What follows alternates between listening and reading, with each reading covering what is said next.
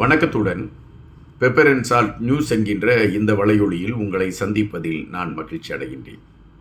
இங்கு சில விடயங்களை குறித்து நாம் அனைவருமே சிந்திக்க வேண்டியதாக இருக்கின்றது. இன்று சுவிட்சர்லாந்தில் நடந்த ஒரு நிகழ்வு.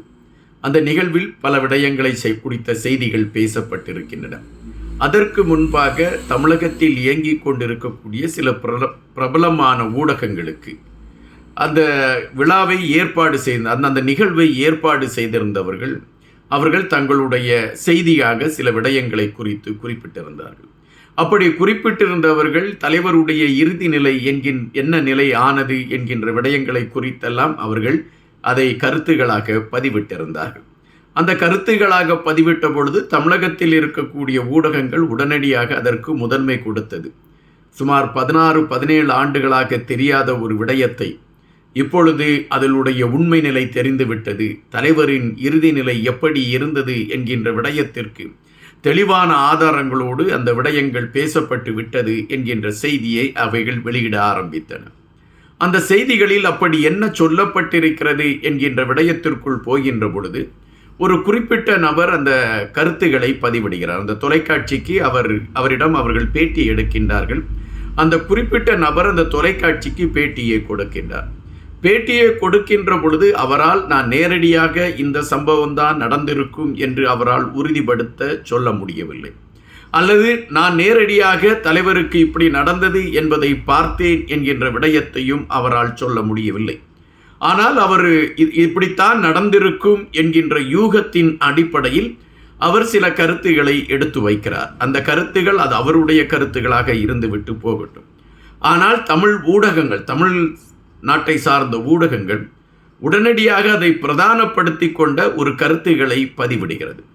இங்கு நாம் இன்று வலையொலிகளை பார்க்கின்ற பொழுது பல செய்திகள் தொடர்ச்சியாக வந்து கொண்டிருக்கின்றன. நீங்கள் பார்ப்பீர்கள் என்றால் ஒரு பக்கம் தலைவர் இருக்கிறார் என்பதை மையப்படுத்தி பலர் கருத்துக்களை பதிவிட்டிருக்கின்றார்கள்.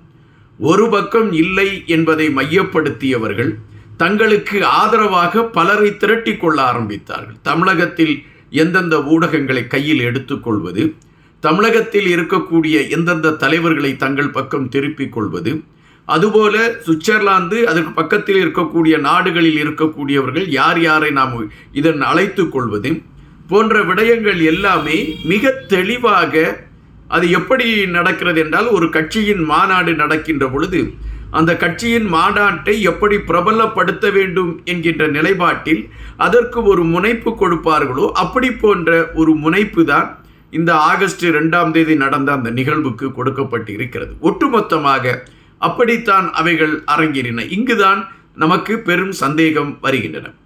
பெரும்பாலானவர்கள் வலையொலிகளில் பதிவிட்ட கருத்துகளில் அவர்கள் குறிப்பிட்டது இந்த நேரத்தில் இது தேவையா என்கின்ற விடயம். ஒரு சாரார் 16 என்கிறார்கள், ஒரு சாரார் 17 என்கிறார்கள், ஒரு சாரார் 18 என்கிறார்கள், ஒரு சாரார் 19 என்கிறார்கள், ஒரு சாரார் தப்பித்து விட்டார் என்கிறார்கள். இங்கு 4 வகையான குழப்பங்கள் இருக்கின்றது. இந்த 4 வகையான குழப்பங்கள் இருக்கக்கூடிய சூழலில் இந்த குழப்பங்களுக்கான முடிவு என்ன என்பதை யாருக்குமே தெரியாது. தெரியாத பட்சத்தில் அதற்கு ஒரு முடிவுரை எழுதக்கூடிய களத்தை எடுத்திருக்கிறார்கள் என்கின்ற பொழுது ஒட்டுமொத்தமான ஒரு அரசியல் நகர்வை முடித்து விட்டார்கள் என்பதாகத்தான் நாம் இங்கு பதிவு செய்ய வேண்டியதாக இருக்கிறது. இது இன்று நான் சொல்லக்கூடிய விடயம் ஒருவேளை அது உங்களுக்கு விளையாட்டாக கூட இருக்கலாம். ஒரு இயக்கத்தின் செயல்பாடுகள் ஒட்டுமொத்தமாக இன்று முடிக்கப்பட்டு இருக்கிறது என்பதுதான் நிஜம். அவர்கள் தெரிந்து செய்தார்களோ தெரியாமல் செய்தார்களோ இதன் வீரியம் இன்னும் சிறிது காலத்திற்குள் அதன் எதிர்வினைகள் எப்படி இருக்கிறது என்பதை அது கொண்டு வந்து நிறுத்திவிடும்.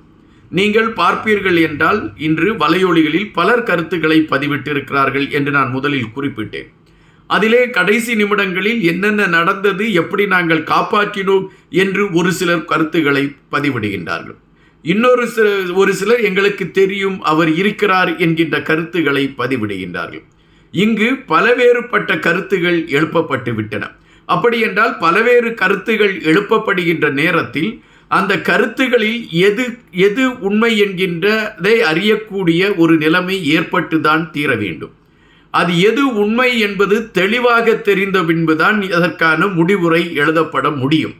ஆனால் இங்கு உண்மையே என்னவென்று தெரியாத ஒரு நிலைப்பாட்டில் முடிவுரை எழுதுவதற்கான களத்தை 16 ஆண்டுகள் கழித்து இவ்வளவு வேகம் எடுத்திருக்கிறார்கள் என்கின்ற பொழுது பல சந்தேகங்கள் எழும்புகின்றன.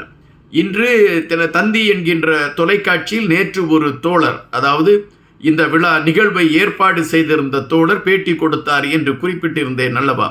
அந்த தோழர் 16 ஆண்டுகளாக ஏன் இதை குறித்த எந்த கருத்துகளையும் இதுபோன்று அவர் பதிவிடவில்லை. இப்பொழுது அவரை யார் இயக்கியிருக்கிறார் என்கின்ற கேள்விக்குள் நாம் போகின்ற பொழுது எல்லோரும் கேபி என்கின்றவரைத்தான் குறிப்பிடுகின்றார்கள். அப்படி என்றால் இதன் பின்னால் ஏதோ ஒரு அரசியல் புனைந்திருக்கிறது என்பதை நாம் மையப்படுத்தி பார்க்க வேண்டியதாக இருக்கின்றது. ஒட்டுமொத்தமாக ஒரு தெளிவான ஒரு அரசியல் எங்கிருந்தோ கட்டி அமைக்கப்படுகின்றது. அமரர் ராஜீவ்காந்தி அவர்களுடைய கொலை வழக்கை எடுத்துக்கொண்டால் அதிலே சில சந்தேகங்களை இன்றும் பலர் எழுப்பிக் கொண்டு இருப்பதை நம்மால் பார்க்க முடியும். ஒரு சிலர் இது அமெரிக்கா செய்த சதியின் வெளிப்பாடு என்று குறிப்பிடுவார்கள். இன்னும் ஒரு சிலர் சந்திரசாமி சாமியாரும் சுப்பிரமணிய சாமியாரும் இணைந்துதான் இதற்கான களங்களை எடுத்தார்கள் என்கின்ற செய்திகள் உண்டு. இன்னொரு புறம் வேறொரு கோணத்தில் சொல்லப்படுவது உண்டு. அதுபோல தமிழகத்தில் எம்ஜிஆர் அவர்கள் திராவிட முன்னேற்ற கழகத்தை முறியடித்து விட்டு அவர் அனைத்து இந்திய அண்ணா திராவிட முன்னேற்ற கழகம் என்று தொடங்கியது கூட டெல்லியில் இருந்து உருவாக்கப்பட்ட ஒரு திட்டம் என்கின்ற ஒரு செய்தி உண்டு. எல்லா ஒரு செயல் வினைக்கும் பின்னால் ஒரு பெரிய செயல் திட்டம் இருந்து கொண்டு இருக்கிறது என்பதை வரலாறு நமக்கு பதிவு செய்திருக்கின்றது.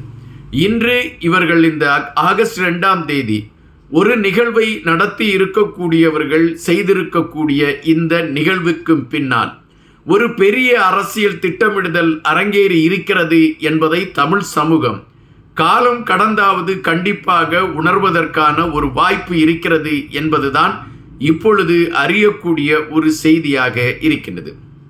பலர் எதிர்ப்பு தெரிவிக்கிறார்கள். பலர் எங்களுடைய தலைவருக்கு நீங்கள் ஏன் இப்பொழுது இந்த மெழுகுவர்த்தி கதைகளை எடுக்க வேண்டும் என்ற கேள்விகளை எழுப்பினார்கள். ஆனால் யாருக்கும் எந்தவித பதிலும் சொல்ல மாட்டோம், நாங்கள் குறிப்பிட்ட நாளில் நாங்கள் அதை செய்தே தீருவோம் என்கின்ற நிலைப்பாட்டில் அவர்கள் வேகம் எடுத்து பயணித்திருக்கிறார்கள் என்கின்ற பொழுது இங்கு சிந்தனைக்குள் நாம் பல விடயங்களை ஓட்டி பார்க்க வேண்டிய ஒரு நிலைமை இருக்கிறது என்பது மறுப்பதற்கு இல்லாத ஒன்றாக இருக்கின்றது. ஒட்டுமொத்தமாக ஒரு பெரும் போராட்டத்திற்கு இன்று முடிவை எழுதிவிட்டார்களோ என்கின்ற ஐயப்பாடுதான் பெரும்பாலானவர்கள் மனதில் எழும்பியிருப்பதாக செய்திகள் சொல்கின்றன. அதைத்தான் நாமும் இங்கு எடுத்து வைக்கின்றோம். நாம் பல காணொளிகளை இது சார்ந்து பார்க்கின்ற பொழுது நமக்கு கிடைத்த தகவல்கள் வருத்தமானதாகவே இருக்கின்றது. நன்றியுடன் என்பார்.